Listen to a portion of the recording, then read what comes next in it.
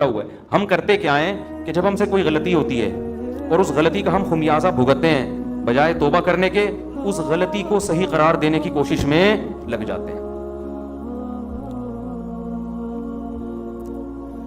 اپنا ہی واقعہ سنانے میں کوئی حرج نہیں ہے میرا خیال ہے. آج میں جمعے میں نہا کے واش روم سے نکلا تو الماری کا جو ہے نا، ہمارے گھر کی الماری کا وہ دروازہ کھلا ہوا تھا. جیسے ہی وہ شیشہ تھا اس کا کھلا ہوا تھا، میں ٹکرا گیا اس سے. گھر میں نے بچوں کو کہا کہ بھائی یہ بند کرنا چاہیے تھا نا، کوئی بندہ ٹکرا سکتا ہے. تو جی ایچ کیو سے جواب آیا کہ خود بھی انسان کو دیکھنا چاہیے. میں نے گھر میں بچوں سے کہا کہ بھائی دیکھو، بندہ واش روم سے نکلتا ہے، سامنے الماری ہے، اگر اس کا وہ شیشے کا ایک کھلا ہوگا تو کوئی بھی ٹکرا سکتا ہے نا. جی ایچ کیو آپ کو پتا ہے آرمی کسی کے سامنے جھکتی اور دبتی نہیں. تو جی ایچ کیو سے فوراً رپلائی آیا کہ انسان کو خود بھی دیکھنا چاہیے. تو مجھے ٹکرانے پہ غصہ نہیں آیا، جو جی ایچ کیو سے رپلائی آتا ہے نا، غصہ تو نہیں خیر، لیکن اس پہ میں نے کہا دیکھو بھائی، اصول یہ ہے کہ جب کوئی وزیر اعظم نصیحت کرے نا تو نصیحت کا فوراً رپلائی آنا یہ اچھا، یہ ویسے اصول زندگی گزارنے کے سیکھنے چاہیے. اس وقت انسان کہہ دے سوری، اس وقت کیا کہہ دے سوری، یہ ٹھیک ہے چلو. گھروں میں جھگڑے یہیں سے تو ہوتے ہیں. اب ہم تو خاموش ہو گئے کیوں، آگے جی ایچ کیو کے آگے کون بول سکتا ہے. لیکن ہوتا کیا ہے، آدمی پھر جواب میں دیتا ہے. میں جب آپ سے کہہ رہا ہوں کہ اس کا دروازہ بند ہونا چاہیے، ہم باہر نکلیں، ٹکرا گیا، یہ میری غلطی ہے آپ کی غلطی ہے؟ ایک تو غلطی آپ کی، اوپر سے آپ کہہ رہے ہو کہ آپ کو دیکھنا چاہیے. بھائی میں تو ایک دم سے نکلوں گا نا باہر، تو وہ جواب آگے سے آئے گا بھائی آپ کے بھی تو چشمہ نہیں لگا ہوا نا، نظر تو ٹھیک ہے، ہم سے غلطی ہو گئی، کھڑکی کھلی رہ گئی ہے، دروازہ کھلا رہ گیا، تو آپ کو بھی تو نظر آ رہا ہے نا. اب بتاؤ اس مسئلے کا قیامت تک کوئی حل ہو سکتا ہے؟ میں جواب میں کہوں گا نہیں، میری غلطی نہیں ہے. کیونکہ انسان جب اچانک نکلتا ہے اور پٹ کھلا ہوا ہو تو ٹکرائے گا، آنکھ بھی پھوٹ سکتی ہے، سر بھی پھٹ سکتا ہے. اگلا جواب میں کیا، اس وقت ٹکرائے گا بشرطے کہ آنکھیں بند ہوں، کھلی بھی ہوں تو نہیں ٹکرائے گا. گھروں میں جھگڑے یہیں سے شروع ہوتے ہیں، پھر جو لڑائیاں ہوتی ہیں، پھر آگے ابے تو سنتی نہیں ہے، ایک تو میں نصیحت کر رہا ہوں اور پھر اوپر سے جواب دے رہی ہے، یہ وہ، پھر جناب سالے آ گئے، یہ تو تم سے شادی ہوئی ہم پچھتا رہے ہیں یار، تمہارا تو کبھی سر ٹکرا رہا ہے، کبھی تمہارے پاؤں ٹکرا رہے ہیں، کبھی تمہارے گھٹنے ٹکرا رہے ہیں، کبھی تم پھسل رہے ہو، تمہارا تو کام ہی ہے، تم تو اندھے ہو، تم تو بہرے ہو، تم تو کاڑے ہو، تم تو لنجے ہو، تم تو ٹنڈے ہو. داماد کو جو نا معذور بنا کے لاق ہے، نصیحت سنتی نہیں ہے.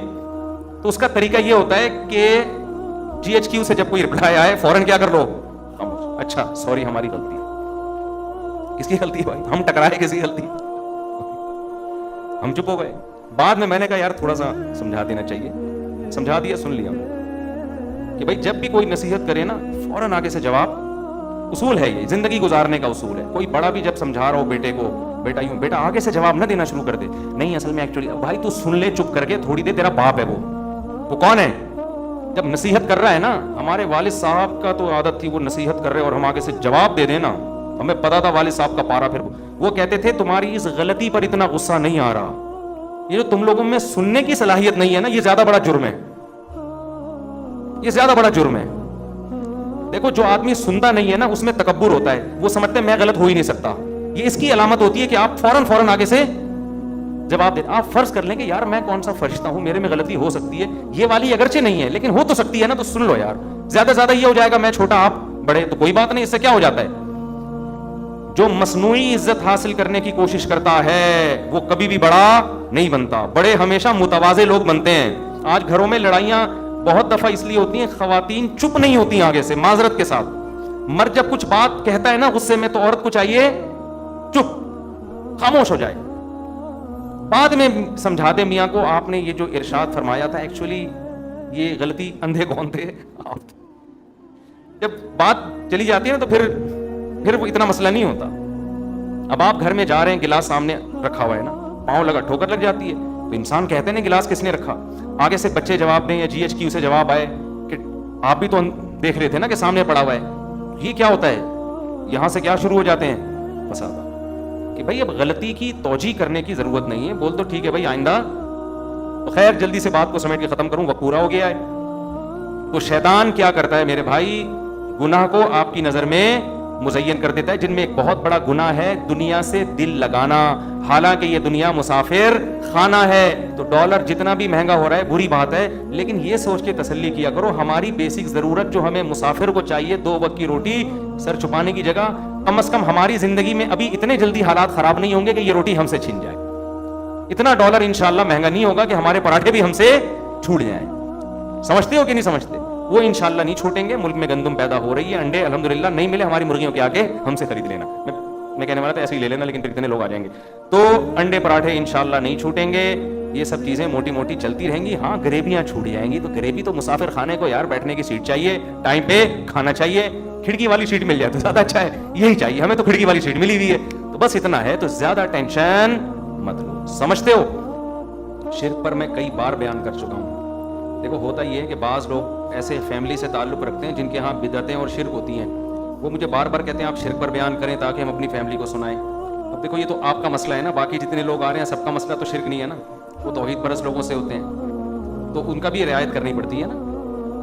مجھے لوگ پرچی دے رہے ہوتے ہیں اس دفعہ آپ یہ کرنا، میرے ان کے گھر میں کوئی جھگڑا ہوا ہوتا ہے، ٹھیک ہے نا، گلاس رکھ دیا، پاؤں سے ٹھوکر لگی، انہوں نے بیوی کو ڈانٹا یہ گلاس کیوں رکھا تھا یہاں، تو اس نے کہا تم بھی تو اندھے ہو. تو لوگ پھر مجھے کہہ رہے تھے اس ٹاپک پر آپ بیان کریں کہ میں نے کہا گلاس کیوں رکھا، اس نے آگے سے کہا آپ نے بھی دیکھا، آپ کو بھی تو دیکھنا چاہیے، اس ٹاپک پر بیان کریں. تو ہر آدمی کے اپنے مسائل ہوتے ہیں، تو میں دیکھتا ہوں جو چیز کامن چل رہی ہے مارکیٹ میں اس پر.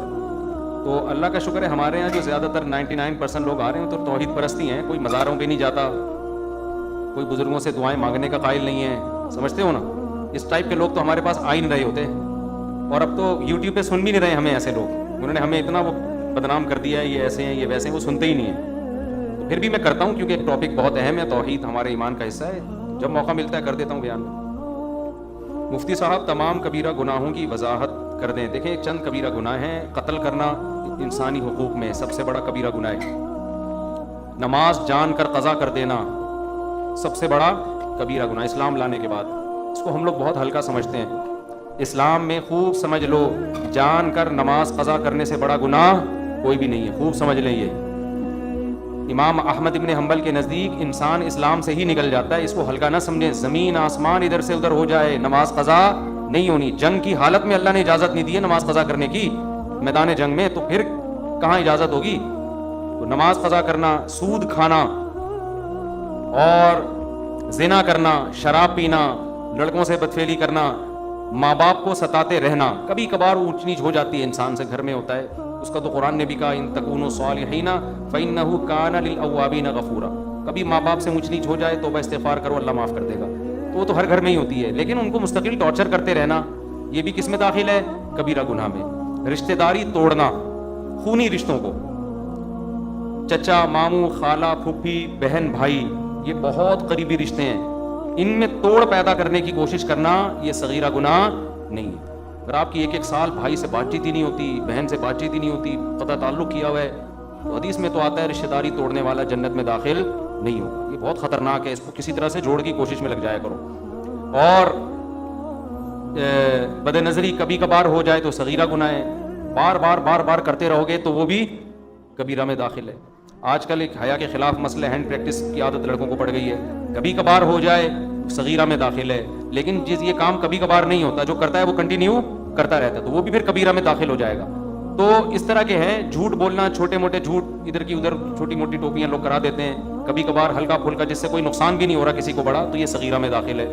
اور پوری آپ نے پگڑیاں لا کے پہنانا شروع کر دی، ٹھیک ہے نا، اس جھوٹ کی بیس پر لوگوں کی عزتیں اچھل رہی ہیں اور حق اور باطل میں خلط ملط ہو رہا ہے، تو یہ کس میں داخل ہوگا؟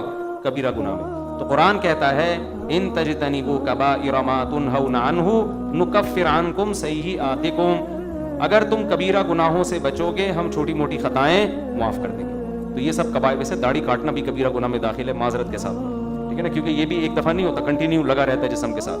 عورت اگر پردہ نہیں کرتی ہے، پردہ کبھی کبھار بے پردگی ہو جاتی ہے، صغیرہ میں داخل ہے. مستقل عادت ہے، کبھی پردہ ہی نہیں کرتی، جیسے عورتیں جو بے پردہ ہوتی ہیں تو کبھی بھی نہیں کرتی پھر وہ، تو وہ پھر کبیرہ میں داخل ہے.